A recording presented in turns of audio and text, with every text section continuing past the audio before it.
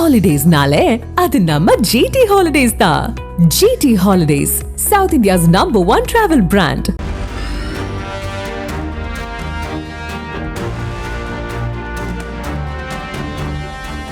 புதுச்சேரியில் தாவேகா தலைவர் விஜய் பங்கேற்ற பொதுக்கூட்டத்தில் தொண்டர்களை ஒழுங்குபடுத்தும் பணியின் போது அக்கட்சியின் பொதுச் செயலாளர் என் ஆனந்தின் செயல்பாடுகளை ஒரு பெண் காவல் அதிகாரி எச்சரித்தாங்க. அந்த பெண் காவல் அதிகாரி யார், அவருடைய பின்னணி என்ன என்பது குறித்து இந்த விஷயங்களை நம்ம பார்க்க இருக்கோம்.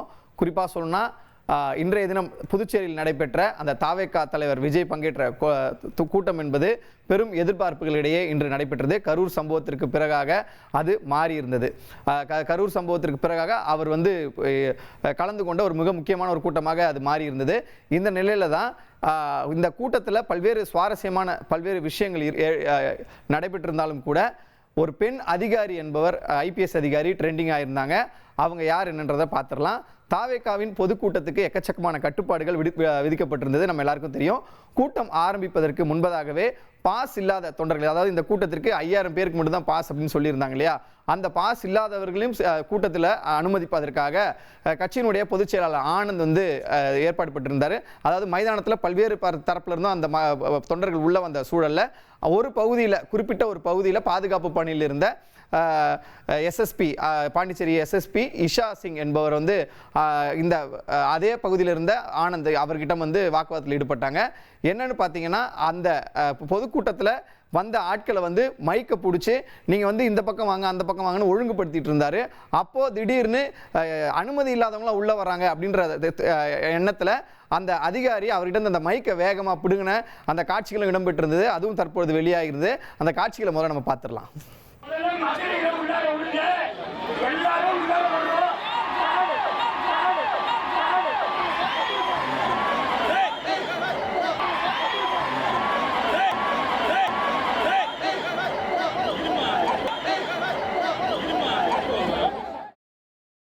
இது நடந்த சிறிது நேரத்திலேயே ஒரு பகுதியினர் உள்ளே அனுமதிக்குமாறு வேறொரு இடத்துல, அதாவது இது நடந்த ஒரு இடம், அதற்கு சற்று தள்ளி ஒரு பகுதியில் தாவேகாவுடைய பொதுச் செயலாளர் ஆனந்த் சில மாவட்ட செயலாளர்களும் சேர்ந்து அங்கிருந்த பெண் அதிகாரியிடம் கோரிக்கை வைக்கிறாங்க.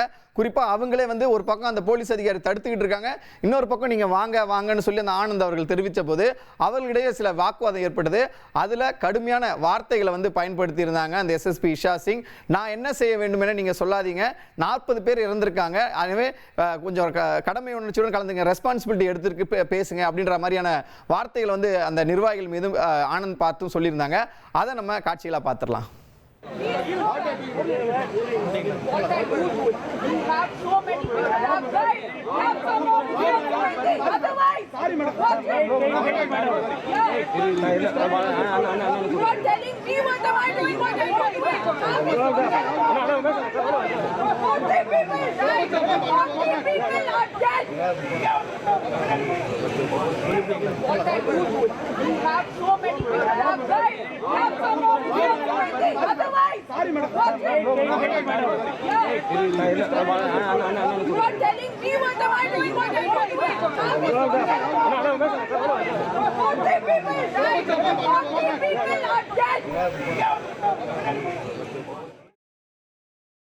இளம் வயதிலேயே ஐபிஎஸ் எக்ஸாம் கிளியர் பண்ணிட்டு பல்வேறு மாநிலங்களுக்கு அவங்க பொறுப்பு வகுப்பதற்கான அந்த ஆப்ஷன்ஸ் வழங்கும் பொழுது அவங்க பாண்டிச்சேரியை சூஸ் பண்ணியிருக்காங்க. இதுக்கு முன்னாடி அவங்க பாம்பே, மகாராஷ்டிரா போன்ற இடங்கள்லையுமே ஒர்க் பண்ணியிருந்தாலும் கூட இங்கே புதுச்சேரியை பொறுத்த வரைக்கும் லஞ்ச ஒழிப்புத்துறையில் அவங்க எஸ்பியாக இருந்து 2 மாதங்களுக்கு முன்பு தான் அவங்க எஸ்எஸ்பியாக, அதாவது சீனியர் சூப்பரிண்டென்டென்ட் ஆஃப் போலீஸ் அப்படின்ற பதவி உயர்வு பெறுறாங்க.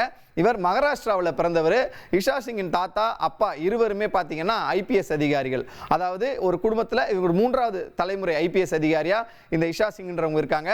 தாத்தா அப்பா வரிசையில் 3வது தலைமுறையில் இருந்த இவங்க மும்பையில் வசித்து அதே போல் மறைந்த ஆர்பி சிங் அப்படின்றவர் தான் இவங்களுடைய அப்பா. அவரும் ஒரு ஐபிஎஸ் அதிகாரி மற்றும் அவருடைய மகன் அவரும் ஒய்பி சிங், அவரும் ஒரு ஐபிஎஸ் அதிகாரி. ஆர்பி சிங் தாத்தா, ஒய்பி சிங் மகன், அதாவது இவருடைய தந்தை ஆகிய 3 பேர் இவங்க 3வது தலைமுறை ஐபிஎஸ் அதிகாரியாக இருந்திருக்கக்கூடிய சூழலில் இஷா சிங்கினுடைய தந்தை பார்த்தீங்கன்னா ஒரு குறிப்பிட்ட ஒரு நெருக்கடியால் ஐபிஎஸ் பதவியை ராஜினாமா செய்கிறாரு. அதாவது அவர் ஊழலுக்கு எதிரான ஒரு கடுமையான நடவடிக்கைகளை ஈடுபட்டிருந்த பொழுது அந்த அந்த ஊழல் செய்தவர்களால் அந்த அரசு அதிகாரங்களில் மற்றும் அரசியல் அழுத்தங்கள் காரணமாக அவருக்கு வந்து அழுத்தங்கள் கொடுக்கப்பட்டு கடந்த 2004ஆம் ஆண்டு அவர் ராஜினாமா செய்து ரொம்ப மனமுடைஞ்சு போறாரு. இதை பார்க்கிற 8 வயதான இஷா சிங், உங்களுடைய போராட்டம், அதாவது அந்த 8 வயசுலையுமே கூட நீங்க கவலைப்படாதீங்க, நானும் ஒரு பெரிய அதிகாரியா ஆவேன், அப்போ அவங்க போலீஸ்னு சொல்ல ஒரு பெரிய அதிகாரியா ஆவேன், அப்போ நம்ம வந்து இவங்களெல்லாம் கெட்டவங்களெல்லாம் நம்ம கேள்வி கேட்போம் அப்படின்ற மாதிரி தன்னுடைய மழலை மொழியில் சொல்லியிருக்காங்க. அந்த 8 வயது சிறுமி தான் இன்று ஐபிஎஸ் ஆக மாறி தன்னுடைய இந்த கடமைகளை செஞ்சுட்டு இருக்காங்க. இவங்க ஐபிஎஸ் மட்டும் தானா அப்படின்னு பார்த்தீங்கன்னா கிடையாது.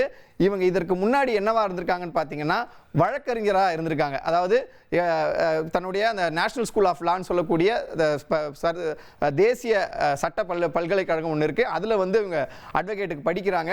அதற்கு காரணம் யாருன்னு பார்த்தீங்கன்னா இவங்களுடைய தாய் அபாசிங். அபாசிங்னா யாருன்னு பார்த்தீங்கன்னா அவங்க வந்து இஷா சிங்கினுடைய தாய் தபால் துறையில் வந்து பணியாற்றுறாங்க. தபால் துறையில் பணியாற்றிட்டு இருக்கும்பொழுதே அவர்களுக்கும் பல்வேறு இந்த ஏழை எளிய மக்களுக்கு வந்து பல்வேறு பிரச்சனைகளை வந்து சந்திக்கிறாங்க. அவங்களுக்கு வந்து நம்ம வந்து ஒரு குரலாக இருக்கணும்னு சொல்லிட்டு அவங்க தன்னுடைய அரசு துறை, அதாவது மத்திய அரசு தபால் துறை வேலையை விட்டுட்டு வழக்கறிஞராக பணியில் புரிந்து மகாராஷ்டிரா அந்த பாம்பே ஹைகோர்ட்டில் வந்து அவங்க வந்து வழக்குகள் எடுத்து நடத்துகிறாங்க. தொடர்ந்து அவங்களோட இந்த வழக்கு பயணிக்கும்போது பார்த்தீங்கன்னா இஷா சிங்கும் அட்வொகேட் ஆகிறாங்க அவங்க அம்மாவை பார்த்து. அதுக்கப்புறமா இவர் எடுத்த முக்கியமான விஷயம் பார்த்தீங்கன்னா இஷா சிங் மலக்குழி மரணங்களுக்கு இழப்பீடு பெற்று தரதில் மிக ஒரு ஸ்பெஷலிஸ்டாக இருந்திருக்காங்க. இதையும் தன்னுடைய சமூக வலைதளத்தில் இப்போவும் தன்னுடைய முகப்பு புகைப்படமாகவே வச்சிருக்காங்க. அதாவது அவங்க அட்வொகேட்டாக இருந்து இப்போ போலீஸ் அதிகாரியாக மாறியிருக்காங்க.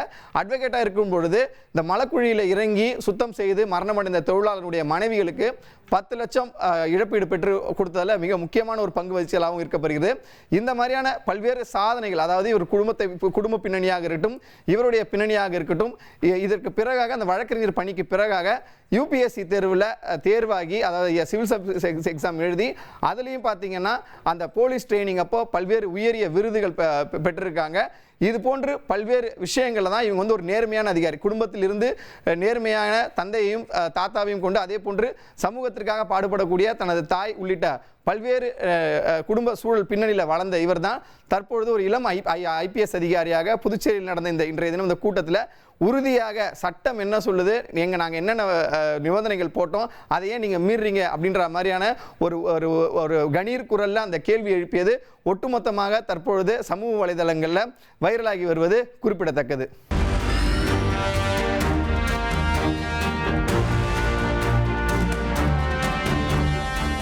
ஹாலிடேஸ்னாலே அது நம்ம ஜிடி ஹாலிடேஸ் தான். GT holidays, South India's #1 travel brand.